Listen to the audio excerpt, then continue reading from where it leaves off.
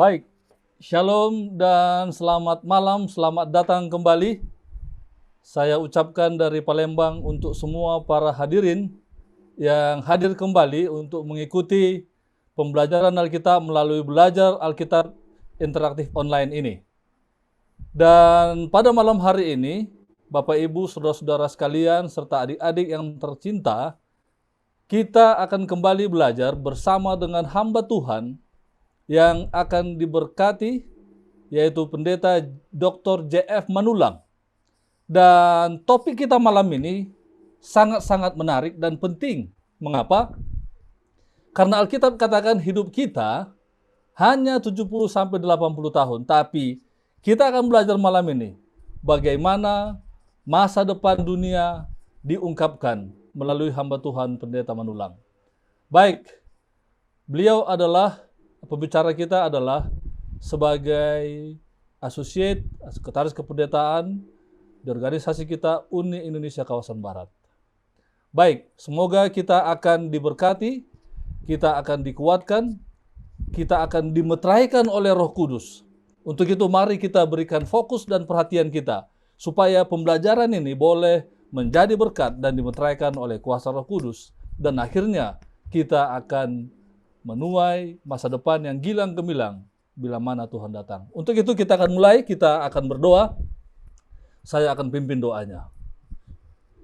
Tuhan Bapa Semawi yang bersemayam di arasi surga, segala hormat dan pujian kami sembahkan kepadamu, ya Tuhan Allah kami, pencipta langit bumi, laut dan segala isinya, yang memberi makan seluruh makhluk hidup yang ada di alam semesta, yang memelihara kami, dan bahkan berdiam di hati kami, untuk mana kami memiliki kerinduan, mau belajar dari firman Tuhan kembali pada malam hari ini, melalui program Belajar Alkitab Interaktif Online, yang pada malam hari ini kami mendapatkan judul yaitu masa depan kami akan diungkapkan melalui hamba-Mu yang akan Engkau berkati dengan kuasa Roh Kudus, Pendeta Manulang.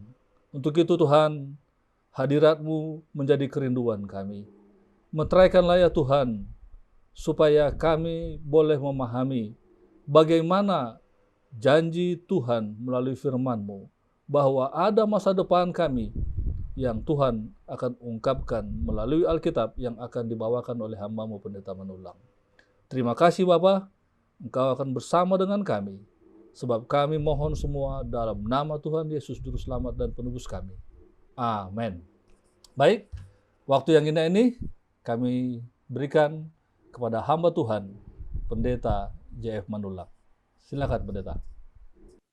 Shalom, selamat malam saudara-saudara semuanya.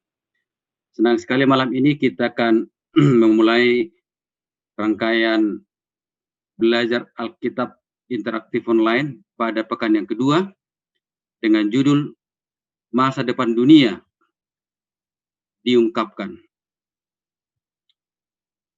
Pelajaran malam ini diambil dari kitab Daniel pasal 2 yang garis besarnya ada sebagai berikut. Seorang raja yang bermimpi, mimpinya itu tidak dia dapat ingat, dia menjadi resah. Kemudian dia memberitahukan kepada para orang pintar untuk memberitahukan mimpi dan maknanya, tapi mereka tidak bisa, mereka tidak berdaya. Kemudian raja memberikan perintah supaya mereka menafsirkan.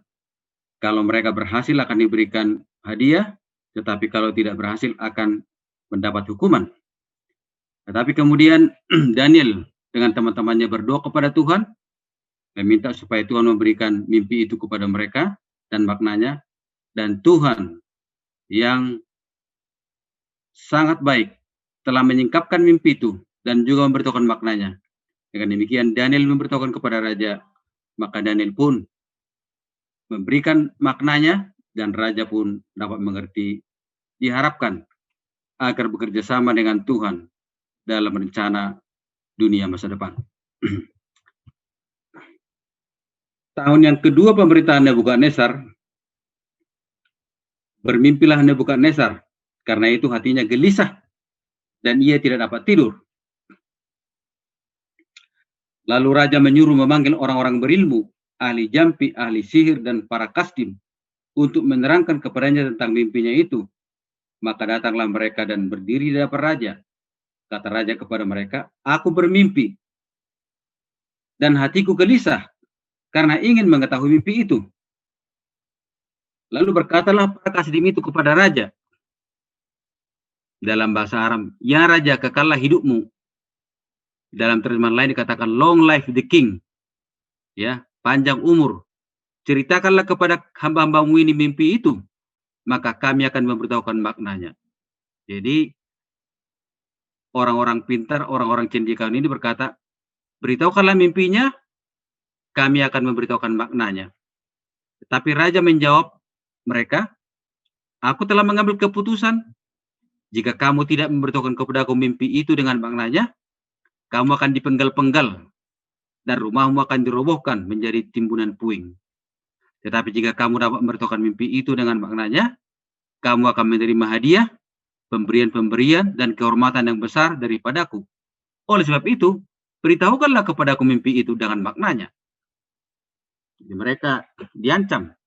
Kalau tidak berhasil atau tidak mau memberitahukan mimpi itu dan maknanya, awas, mati. Rumahnya akan dihancurkan. Tetapi kalau berhasil, maka mereka akan menerima hadiah dan kehormatan. Tapi mereka menjawab pula, silakan Tuanku Raja menceritakan kepada hamba-hambanya ini, maka kami akan memberitahukan maknanya. Jadi raja berkata, beritahukan mimpi itu dan maknanya, tapi orang-orang kasdim ini atau orang pintar ini, orang-orang berpendidikan ini berkata, beritahukan mimpinya, kami akan beritahukan maknanya. Tapi apa jawab raja dalam ayat 8? Aku tahu benar-benar kamu mencoba mengulur-ulur waktu karena kamu melihat bahwa aku telah mengambil keputusan. Ayat 9, yakni jika kamu tidak dapat memberitahukan kepadaku mimpi itu, maka kamu akan kena hukuman yang sama. Dan aku tahu bahwa kamu telah bermufakat untuk mengatakan kepadaku hal-hal yang bohong dan busuk sampai keadaan berubah. Oleh sebab itu ceritakanlah kepadaku mimpi itu supaya aku tahu bahwa kamu dapat memberitahukan maknanya juga kepadaku. Jadi ini kelihatannya merupakan satu ujian berat bagi orang-orang terdidik, orang-orang pintar yang sudah disekolahkan oleh raja selama 3 tahun di dalam Daniel pasal 1. Kamu sudah terdidik 3 tahun dan kamu orang pintar, tahu membaca dan meramalkan apapun yang terjadi. Sekarang coba buktikan dulu kepada saya, kata raja, karena apa kamu sanggup atau tidak? Ayat 9, supaya aku tahu bahwa kamu dapat memberitahukan maknanya juga. Jadi jangan cuma tahu apa satu mimpi tapi juga tidak memberitahukan maknanya. Orang-orang pintar ini maunya mimpinya diberitahukan lebih dahulu, mereka menafsirkan. Tapi raja minta lebih. Beritahukan mimpi itu dan maknanya. Kalau kalian berhasil, kalian dapat hadiah. Tapi kalau tidak, kalian akan dibunuh, rumah kalian akan dihancurkan. Apa yang terjadi? Maka para kasdim atau orang-orang terdidik itu menjawab raja, tidak ada seorang pun di muka bumi yang dapat memberitahukan apa yang diminta Tuanku Raja. Jadi mereka mengakui, ini permintaan yang aneh, yang luar biasa. Mereka bilang tidak ada seorang pun di muka bumi yang dapat memberitahukan apa yang diminta oleh Tuanku Raja. Dan tidak pernah seorang raja, bagaimanapun agungnya dan besar kuasanya, telah meminta hal sedemikian dari seorang berilmu, atau seorang ahli jampi, atau seorang kasdim. Jadi mereka menegaskan, kami siap memberitahukan maknanya, tapi beritahukan mimpinya. Tapi kalau seperti ini, Tuanku Raja, ini tidak bisa. Tidak ada yang bisa memberitahukan makna mimpi tanpa beritahukan mimpinya. Dan tidak ada juga raja walaupun begitu besar kuasanya dan tinggi kedudukannya, meminta dari orang berilmu atau orang jampi, seorang ahli jampi seperti itu nggak bisa. Harus diberitahukan mimpinya baru maknanya. Ini Tuhan minta apa mimpinya, apa maknanya, ya nggak bisa dong, kata mereka. Ayat 11, apa yang diminta Tuanku Raja terlalu berat tidak ada seorang pun yang dapat memberitahukannya kepada Tuanku Raja selain dari dewa-dewa yang tidak berdiam di antara manusia. Jadi mereka mengakui bahwa ada level yang lebih tinggi daripada manusia, yaitu dewa-dewa. Sebenarnya itu pengertian mereka. Dewa-dewa itu sebenarnya tidak ada. Yang ada itu manusia biasa dan makhluk ilahi. Dan tentunya makhluk ilahi adalah Tuhan. Dengan perkataan lain, kalau kita coba mengerti dengan pengertian sekarang, permintaan raja ini terlalu berat dan tidak mungkin, ya. Dan sebagai manusia kami tidak bisa memberitahukan maknanya, apalagi mimpinya tidak diberitahukan. Dan mereka mengakui hanya satu tingkat atau tingkat yang lebih tinggi dari manusia lah yang bisa memberitahukan mimpi dan maknanya itu. Dalam pengertian mereka adalah dewa-dewa yang sebenarnya sang ilahi lah yang bisa memberitahukan mimpi itu dan maknanya. Buat kita sekarang, khususnya bagi orang-orang muda, anak-anak kami di sini, yang mungkin coba pengen tahu ya, kira-kira apa yang terjadi nanti bagi saya sesudah saya jadi sarjana? Atau nanti kalau saya sudah ada dewasa, di mana kira-kira saya tinggal? Apa pekerjaan saya? Siapa istri saya atau suami saya? Apakah saya nanti menjadi orang kaya?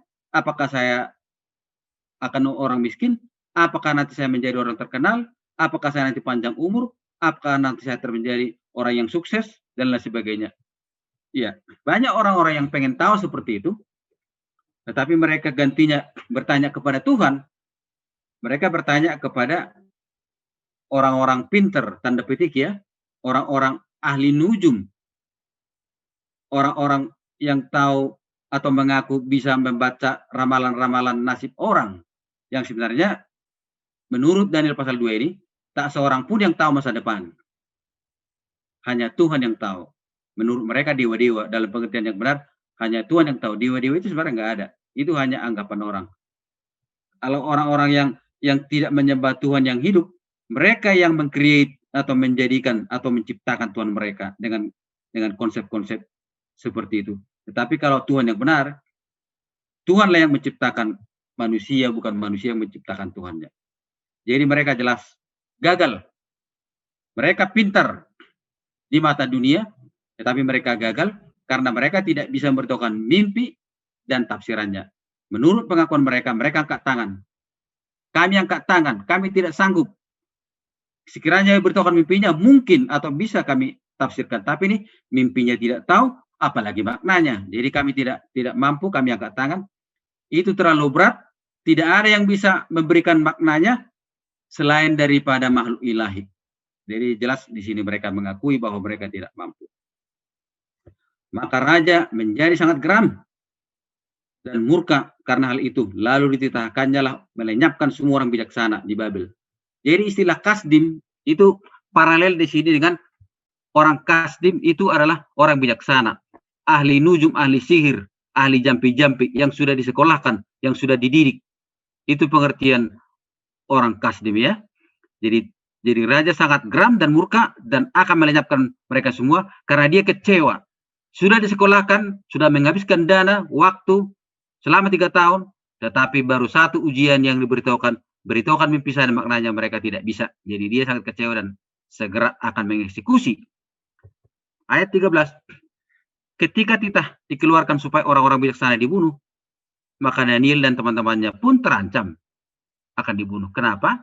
Karena mereka juga tergolong kepada kelas orang pintar tadi itu, walaupun mereka tidak percaya kepada dewa-dewa atau sihir-sihir atau nujum-nujum. Kenapa? Mereka memang disekolahkan selama 3 tahun, tetapi mereka tidak mau menerima nujum-nujum, sihir-sihir, ahli-ahli jampi ini. Karena mereka tahu itu tidak sesuai dengan kehendak Tuhan. Tapi mereka juga karena tergolong kepada orang pintar di istana Babel, istana Nebukadnezar, mereka juga ikut terancam. Lalu berkatalah Daniel dengan cerdik dan bijaksana kepada Ariok. Siapa ini Ariok ini? Ariok ini adalah pemimpin pengawal raja yang pergi untuk membunuh orang-orang bijaksana di Babel. Katanya kepada Ariok, pembesar raja itu, mengapa titah yang begitu keras ini dikeluarkan oleh raja? Lalu Ariok memberitahukan hal itu kepada Daniel. Maka Daniel menghadap raja dan meminta kepadanya supaya ia diberi waktu untuk memberitahukan makna itu kepada raja. Jadi di sini kita melihat Daniel yang sudah tahu ancaman ini, dia minta waktu. Selama minta waktu itu apa yang dilakukan? Ayat 17-18, kemudian pulanglah Daniel dan memberitahukan hal itu kepada Hananya, Misal dan Azaria, teman-temannya, dengan maksud supaya mereka memohon kasih sayang kepada Allah semesta langit mengenai rahasia itu. Supaya Daniel dan teman-temannya jangan dilenyapkan bersama-sama dengan orang-orang bijaksana yang lain di Babel. Maka rahasia itu disingkapkan kepada Daniel dalam satu penglihatan malam. Lalu Daniel memuji Allah semesta langit, berkatalah Daniel, terpujilah nama Allah dari selama-lamanya sampai selama-lamanya. Sebab daripada dialah hikmat dan kekuatan. Dialah yang menyingkapkan hal-hal yang tidak terduga dan yang tersembunyi. Dia tahu apa yang ada di dalam gelap dan terang ada padanya. Jadi di sini kita melihat Daniel sudah terdidik di rumah tangganya. Demikian juga teman-temannya Hananya, Misal dan Azaria yang nama mereka sudah diganti dalam Daniel pasal 1, yaitu Sadrak, Mesak dan Abednego, sedangkan Daniel diganti namanya jadi Belteshazzar. Pada saat mereka menghadapi ancaman atau bahaya, mereka tidak putus asa, mereka memohon kasih sayang Allah, kasih sayang Tuhan, supaya Tuhan memberitahukan rahasia itu dan maknanya, supaya mereka jangan dimusnahkan, supaya mereka jangan dibunuh. Dan Tuhan pun sangat baik. Tuhan menjawab Daniel dan teman-temannya, Hananya, Misal dan Azaria, dan Tuhan menyingkapkan hal-hal itu kepada mereka. Dan Daniel dan teman-temannya memuji Tuhan, bersyukur untuk jawabannya. Buat kita juga, saat kita menghadapi masalah, saat kita menghadapi hal-hal yang mengancam jiwa kita, keselamatan kita, masa depan kita tidak perlu mencari pendapat atau pertolongan orang-orang pintar, ahli-ahli nujum, ramalan-ramalan bintang, atau gelas-gelas kaca seperti yang Nyai Rinto Harahap. Tak perlu. Gelas-gelas kaca, ya, beritahukan padaku siapakah diriku, tak perlu. Karena gelas kaca itu adalah buatan manusia. Gelas kaca tidak bisa memberitahukan, ramalan bintang tidak bisa memberitahukan. Lakukan seperti apa yang dilakukan Daniel dan teman-temannya. Menghadapi kesulitan, datang kepada Tuhan melalui doa. Beritahukan kepadanya, sama seperti Daniel. Mereka memohon kasih sayang Tuhan. Dan Tuhan memberitahukan mimpi itu dan maknanya. Sehingga mereka pun diselamatkan bersama-sama dengan orang-orang bijaksana yang lain di Babel. Satu kali ada seorang pegawai CPI, Caltex Pacific Indonesia dari Duri. Dia berlibur dan dia pergi ke Padang. Pada waktu dia pergi ke Padang dan berjalan-jalan di kota Padang, dia melewati toko-toko. Di emperan toko itu ada orang berkerumun dan dia pun pengen tahu ada apa ini. Maka dia pun mendekat. Kemudian ada orang di situ yang katanya ahli membaca surat tantangan. Dan dia berkata kepada bapak ini, Pak, sini, tolong kasih tangannya. Saya mau baca surat tantangan Bapak. Kemudian Bapak ini, seorang yang beriman kepada Tuhan, dalam hatinya sebenarnya merasa geli. Dari mana dia tahu membaca surat tangan saya? Tapi ya udahlah, dia kasih tangannya. Oh, katanya sebenarnya Bapak ini adalah orang yang bekerja keras. Bapak orang yang cerdas. Bapak akan menjadi orang yang kaya raya, menjadi terkenal hebat. Tetapi saya melihat ada guratan tangan Bapak ini, bahwa kekayaan Bapak itu, keahlian Bapak itu, ini ada garisnya, ternyata akan terbuang. Jadi Bapak tidak akan berhasil menjadi orang kaya, walaupun punya potensi besar. Tapi jangan takut Pak, katanya. Saya punya kemampuan untuk mengubah surat tantangan Bapak ini, supaya jangan masuk ke sini, menuju jurang, atau supaya harta Bapak jangan terbuang, atau keberhasilan Bapak jangan terbuang. Terus Bapak ini berkata, oh begitu ya? Iya, katanya. Kalau begitu beginilah. Tolong dulu baca surat tantangan Bapak dan ubah dulu surat tantangan Bapak supaya Bapak jangan lagi di kaki 5 ini membaca-baca surat tantangan orang. Karena Bapak di sini sangat menderita, tidak ada uang, tidak ada harta. Karena Bapak harus mencari nafkah dengan cara ini. Saudara-saudara, itulah orang-orang pintar yang mengaku bisa membaca surat tantangan. Tetapi sesungguhnya mereka sendiri tidak berdaya untuk mengubah hidup mereka. Hanya Tuhan yang mampu mengerti masa depan dan juga untuk menyelamatkan kita manusia dari bahaya yang akan datang. Apa yang terjadi selanjutnya? Maka Daniel pun memberitahukan mimpi itu kepada raja. Dia berkata kepada Ariok, bawa aku kepada raja, aku akan menghadap raja dan akan memberitahukan mimpi itu. Maka datanglah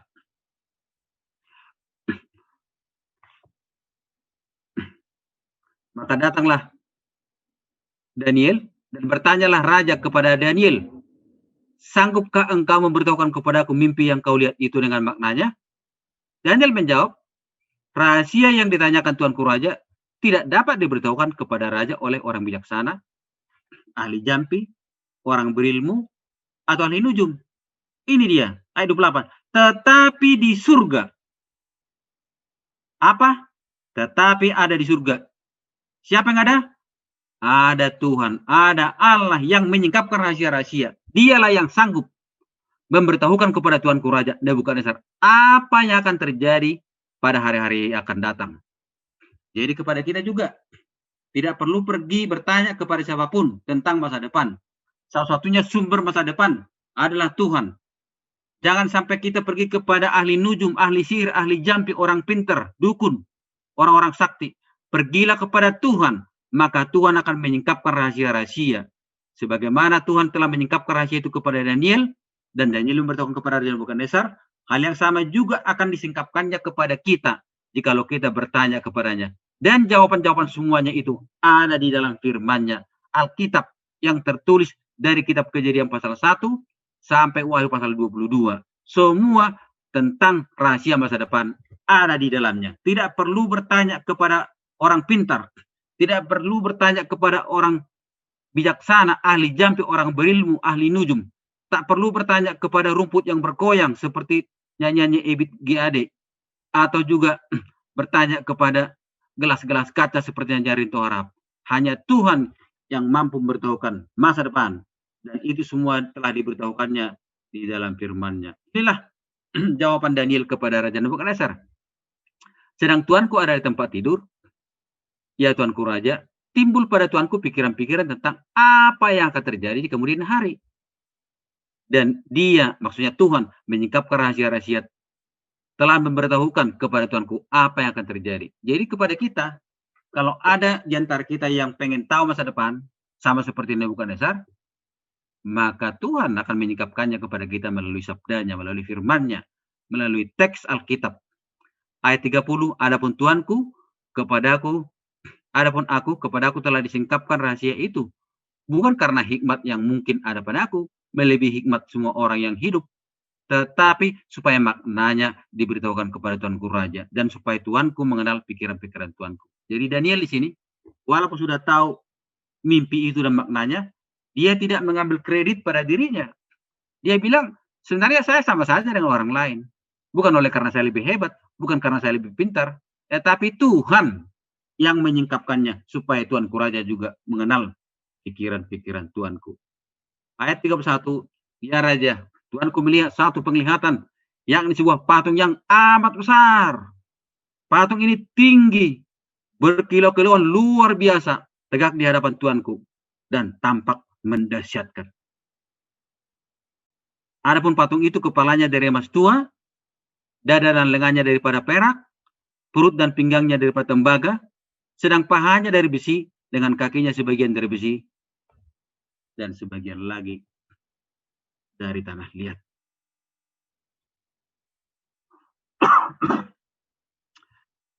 Saudara-saudara, sebelah kanan ini ada gambar ya. Ini sebenarnya ilustrasi. Jadi sang ilustrator ini membayangkan apa yang dikatakan oleh Daniel. Sedangkan Tuhan memberitahukan kepada Daniel, dan Daniel memberitahukan mimpi itu dan maknanya, dan ilustrator melukis. Tetapi yang jelas, ini bukan lukisan sebenarnya, tetapi beginilah yang bisa menolong kita untuk mengerti mimpi itu. Kepala dari emas, dada dan lengannya daripada perak, pinggangnya dan pahanya pinggangnya daripada tembaga, kemudian kakinya dari besi, dan ujung jarinya besi campur tanah liat.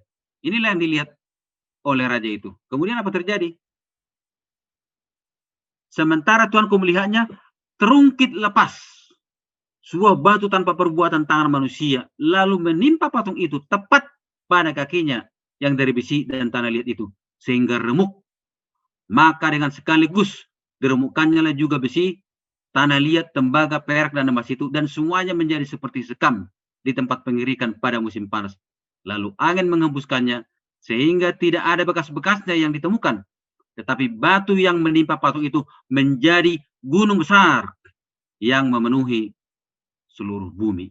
Itulah mimpi itu. Sekarang coba kita lihat apa maknanya. Itulah mimpi Tuanku, dan sekarang maknanya akan kami katakan kepada Tuanku Raja. Ayat 37, ya Tuanku Raja, segala raja yang kepadanya oleh Allah semesta langit telah diberikan kerajaan, kekuasaan, kekuatan, dan kemuliaan, dan yang ke dalam tangannya telah diserahkannya anak-anak manusia, dimanapun mereka berada, binatang-binatang di padang, dan burung-burung di udara, dan dibuatnya, dan yang dibuatnya menjadi kuasa atas semuanya itu. Tuankulah kepala dari emas itu. Jadi,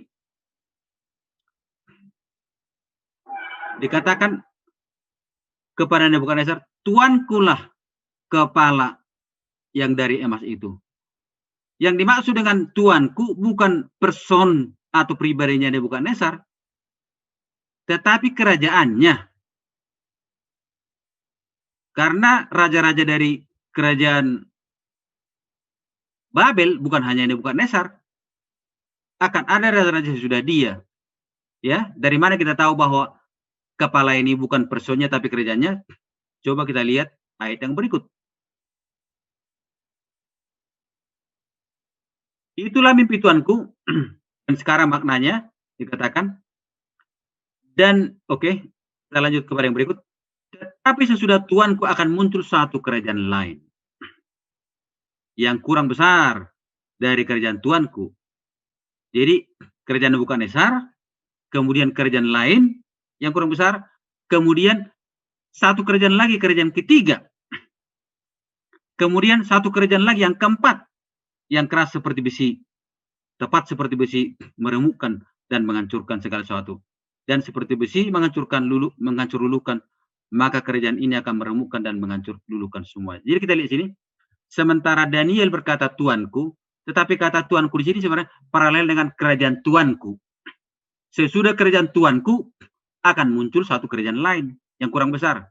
Kemudian satu kerajaan lagi yang ketiga, kemudian satu kerajaan lagi yang keempat. Jadi sebenarnya Daniel di sini menceritakan kepada Nebukadnezar sang raja bahwa walaupun Tuanku ini sekarang menjadi penguasa dari kerajaan di seluruh dunia, tetapi ketahuilah Tuanku Raja bahwa kerajaan Tuanku itu tidak abadi kekal selamanya. Sehabis kerajaan Tuanku akan ada kerajaan yang lain yang kurang besar. Sesudah itu akan ada kerajaan ketiga. Sesudah itu akan ada kerajaan keempat. Dan bahkan akan datang apa yang dikatakan sini. Ada ayat 41. Ya. Seperti Tuanku lihat kaki dan jari-jarinya. Oke. Ada 43 dikatakan bahwa kerajaan yang terakhir, ujung jari itu adalah kerajaan bersih bercampur tanah liat. Sebagian keras, sebagian rapuh. Sebagaimana besi tidak bisa bercampur dengan harmonis atau permanen dengan tanah liat, demikianlah kerajaan itu tidak bisa disatukan oleh perkawinan. Tidak akan merupakan satu kesatuan. Seperti besi tidak dapat bercampur dengan tanah liat. Dan sebagai akhir dari kerajaan semua itu, mulai dari kepala, dada, dan lengan, kemudian perut, kemudian paha dan kaki dari besi, dan ujung kakinya itu 10 jari-jari besi campur tanah liat. Akhirnya apa? Ayat 44. Tetapi pada zaman raja-raja. Pada zaman raja-raja mana? Pada zaman raja-raja ujung kaki dengan 10 jari-jari. Allah semesta langit akan mendirikan satu kerajaan yang tidak akan binasa. Jadi di sini Daniel menekankan kerajaan Tuanku akan disusul oleh kerajaan yang kedua yang lebih rendah. Akan ada kerajaan ketiga, akan ada kerajaan keempat, dan seterusnya.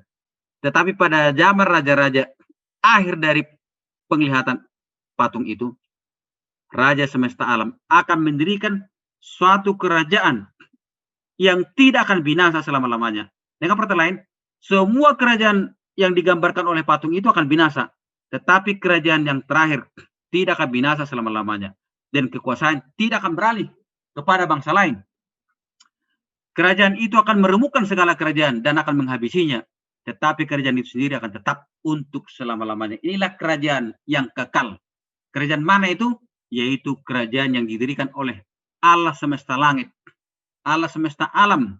Tuhan semesta alam akan mendirikan kerajaannya untuk menghabisi, untuk menggantikan semua kerajaan-kerajaan lain. Kapan itu? Yaitu pada zaman raja-raja, pada raja-raja terakhir dalam penglihatan patung itu. Tepat seperti Tuhan kulihat bahwa tanpa perbuatan tangan manusia, berdirinya kerajaan Tuhan yang kekal abadi selamanya, bukan karena perbuatan tangan manusia, tetapi itu perbuatan tangan Tuhan, Sang Ilahi. Sebuah batu terungkit lepas. Ini merupakan satu ilustrasi atau sampiran seperti batu terungkit lepas dari gunung dan meremukkan besi, tembaga, tanah liat, perak, dan emas. Jadi mulai dari bawah ke atas ya. Allah yang Maha Besar telah memberitahukan kepada Tuanku Raja apa yang akan terjadi kemudian hari. Mimpi itu adalah benar dan maknanya dapat dipercaya. Saudara-saudara, kita lihat di sini satu hal yang kalau kita mati, kerajaan dari zaman Nebukadnezar itu sampai kepada kerajaan yang terakhir itu merosot. Emas merosot jadi perak. Perak merosot lagi jadi tembaga. Tembaga merosot lagi jadi besi. Besi merosot lagi jadi besi campur tanah liat. Baru datang kerajaan batu yang tidak merosot.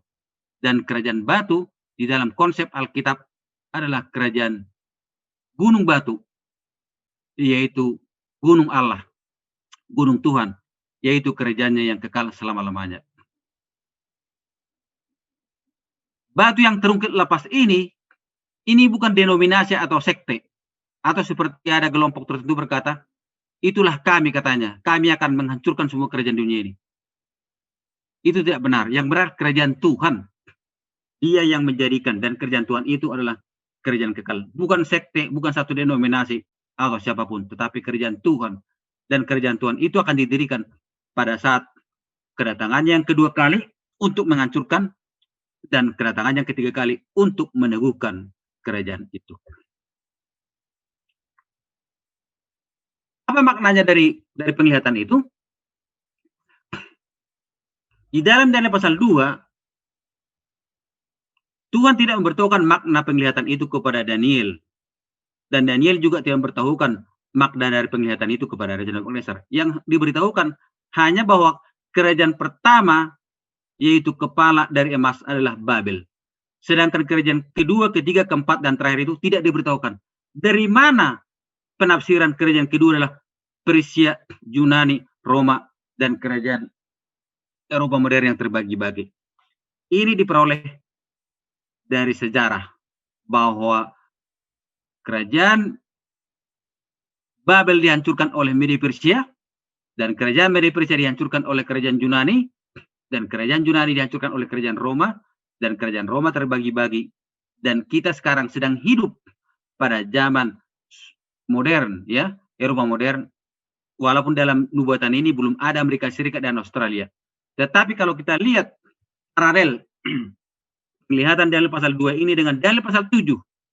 Dan Daniel pasal 7 ini dijelaskan juga di Daniel pasal 8 dan 9. Maka Babylon, Media Persia, Yunani, Roma itu disebutkan, ya. Khususnya di Daniel pasal 11 disebutkan tentang kerajaan-kerajaan ini. Jadi sebenarnya Daniel pasal 2 sendiri tidak memberitahukan makna dari kerajaan kedua sampai yang terakhir, tapi Daniel pasal 7, 8, dan juga 9 dan 11 memberitahukan itu, bahwa kitab Daniel ini bersifat paralel. Daniel 2 dijelaskan oleh Daniel 7 dan Daniel pasal 8. Daniel pasal 8 juga dijelaskan oleh Daniel pasal 9. Demikian juga diceritakan dalam bentuk cerita sejarah Daniel pasal 11. Dan ini memang dibuktikan oleh sejarah dunia bahwa penglihatan yang diberitahukan oleh Tuhan kepada Nebukadnezar dan diterangkan oleh Daniel persis seperti itu yang terjadi. Dan kita sekarang sedang hidup pada zaman 10 kerajaan yang terakhir, di mana habis itu akan datang kerajaan batu. Kalau Tuhan telah mengenapi kerajaan Babel, ditaklukkan oleh Media Persia, kemudian ditaklukkan oleh Yunani, kemudian ditaklukkan oleh Roma, dan Roma terbagi-bagi. Ini semua telah tergenapi, maka kerajaan batu ini pasti akan tergenapi. Saudara-saudaraku, inilah gambaran peta dari kerajaan Eropa modern, di mana kita hidup sekarang. Walaupun di sini memang belum terlihat Amerika dan negara-negara lain, tapi ini sesuai dengan konsep Daniel pasal 2. Dan kerajaan batu itu adalah kerajaan Tuhan yang akan mengakhiri semua kerajaan dunia. Saudara-saudaraku, di sini dapat kita satu kepastian dan jaminan bahwa apa yang ada dalam pikiran Nebukadnezar, sehingga Tuhan memberitahukan melalui mimpi, dan mimpi itu walaupun tidak diketahui oleh ahli jampi, ahli sihir, orang kasdim, ahli nujum, tetapi Tuhan telah memberitahukannya kepada hambanya, yaitu nabi, nabi Tuhan, nabi yang benar, yang peroleh karunia nubuatan. Oleh karena itu, marilah kita mencari makna dan pengertian masa depan, bukan kepada orang-orang pintar, ahli nujum, ahli jampi, ahli sihir, ataupun dukun-dukun atau orang sakti. Tapi marilah kita bertanya kepada nabinya. Dan tulisan-tulisan nabinya ada pada Alkitab. Mulai dari Kejadian sampai kitab Wahyu. Tuhan telah menyingkapkan masa depan. Apa yang terjadi melalui firman-Nya. Itulah yang perlu kita baca, kita pelajari, supaya kita mengerti apa rencana Tuhan di masa depan. Dan kepada kita malam ini diberitahukan bahwa yang mengakhiri semua kerajaan, negara-negara di dunia ini, yang merupakan lanjutan dari kerajaan Babel dan seterusnya, bukan perang nuklir, bukan kiamat oleh karena perang bintang, atau oleh karena alasan apapun, tetapi dunia akan kiamat, bukan oleh karena perbuatan manusia, tetapi Tuhan sendiri akan mengakhiri dunia ini dengan kedatangannya. Itu kerajaan batu, kerajaan Kristus, gunung Tuhan, gunung yang kekal selama-lamanya. Begitu. Apa maknanya buat kita sekarang? Inilah kata Paulus kepada Titus. Dia bilang apa? Dalam Titus 2 ayat 11-13. Karena kasih karunia Allah yang menyelamatkan manusia sudah nyata. Ia mendidik kita supaya kita meninggalkan kefasikan. Apa ini kefasikan? Kefasikan ini istilah lain dari untuk dosa. Meninggalkan dosa-dosa pelanggaran. Tuhan mendidik kita supaya kita meninggalkan pelanggaran dosa-dosa kita, kefasikan kita. Apa itu kefasikan dan pelanggaran itu? Keinginan-keinginan duniawi. Ada 3 yang menjadi kesulitan kita di dunia ini. Pencobaan yang kita alami di dunia ini. Yang pertama adalah keinginan daging kita, nafsu kita. Yang kedua, segala kesenangan dunia, keinginan mata. Ya, Tuhan mau supaya kita meninggalkan semua dosa-dosa, keinginan dunia, keinginan mata, keangkuhan hidup, supaya kita hidup bijaksana. Sama seperti Daniel. Dia adalah orang bijaksana yang benar, yang menerima firman Tuhan. Dia bijaksana bukan oleh karena mempelajari ilmu-ilmu kesaktian, ilmu nujum, ahli sihir, jampi, dan sebagainya, tapi karena menerima penglihatan, mimpi dari Tuhan, yaitu nubuatan, profesi. Orang-orang yang membaca nubuatan profesi, mereka lah orang yang bijaksana. Dan orang bijaksana ini akan meninggalkan segala kefasikan, keinginan-keinginan duniawi, keangkuhan hidup, dan segala kesenangan manusiawi. Supaya kita hidup bijaksana. Bagaimana hidup bijaksana? Adil dan beribadah dengan mempelajari kebenaran firman Tuhan, penyataannya, nubuatannya, revelation-nya. Sehingga kita akan menantikan kedatangan kerajaan Tuhan, kerajaan batu itu, yang disebut dengan pengharapan yang penuh bahagia. The blessed hope. Dunia akan berakhir. Dunia akan kiamat.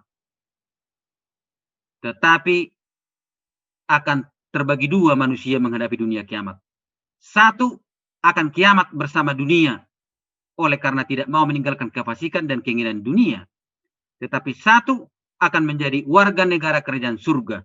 Tetapi pada zaman raja-raja, Allah semesta alam akan mendirikan kerajaannya, kerajaan yang kekal selama-lamanya. Orang-orang yang meninggalkan kefasikan, keduniawian, mereka akan bijaksana, mereka akan hidup adil dan beribadah. Mereka lah yang mengharapkan kedatangan kerajaan batu itu, karena itu merupakan pengharapan yang penuh bahagia, yaitu pada waktu Tuhan Yesus menyatakan diri dalam kemuliaannya. Apa yang harus kita lakukan supaya bisa menjadi warga negara kerajaan surga? Kita perlu hidup saleh dan suci. 2 Petrus 3:11. Jadi, jika segala sesuatu ini akan hancur, hancur kerajaan jari-jari, kaki, paha, kemudian pinggang, dada, dan kepala. Semua hancur. Jika segala sesuatu ini akan hancur secara demikian, dunia ini akan hancur, sedang menuju kebinasaan. Yohanes berkata, segala isi dunia ini adalah keangkuhan hidup dan sedang menuju kebinasaan. Segala sesuatu ini akan hancur menuju kebinasaan. Berarti kita harus apa? Betapa suci dan salehnya kita harus hidup. Implikasi dari penglihatan Raja Nebukadnezar ialah supaya dia jangan menganggap kerajaannya akan kekal abadi selamanya. Supaya dia bersiap bahwa kerajaan dunia akan digantikan oleh kerajaan Tuhan yang kekal abadi selamanya. Dan juga supaya hidupnya suci, saleh, meninggalkan kefasikan, hidup bijaksana, dan jangan lagi menyembah kepada dewa-dewa, jangan lagi percaya kepada ahli-ahli jampi, ahli sihir, orang-orang pintar, dukun-dukun, dan segala sejenisnya. Ayat 14, sebab itu saudara-saudaraku yang kekasih, sambil menantikan semuanya ini, kamu harus berusaha supaya kamu kedapatan tak bercacat dan tak bernoda di hadapannya dalam pendamaiannya. Saudara-saudaraku, kita tidak bisa hidup suci dan saleh. Kita tidak bisa hidup tak bernoda, tak bercacat dengan upaya kita sendiri. Hanya Tuhan yang sanggup membuat kita hidup saleh dan suci supaya kita tak bercacat dan tak bernoda.